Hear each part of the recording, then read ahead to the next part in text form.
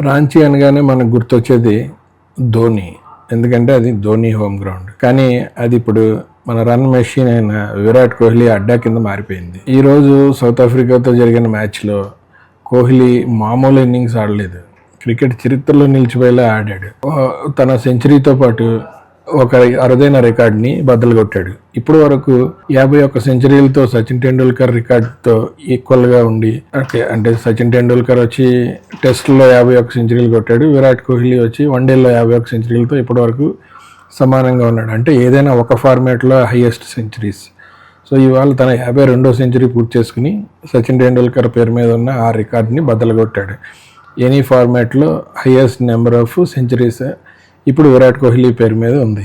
Ranchi stadium అంటే కోహ్లీకి పూనకం వచ్చేటట్టుగా ఉంది. ఈ గ్రౌండ్లో అతనికి ఇది 3వ సెంచరీ 5 మ్యాచ్ల్లో. సో అతని యావరేజ్ వచ్చి రాంచీలో 173. ఈ వీడియో గురించి మీరు ఏమనుకుంటున్నారో కామెంట్స్లో చెప్పండి.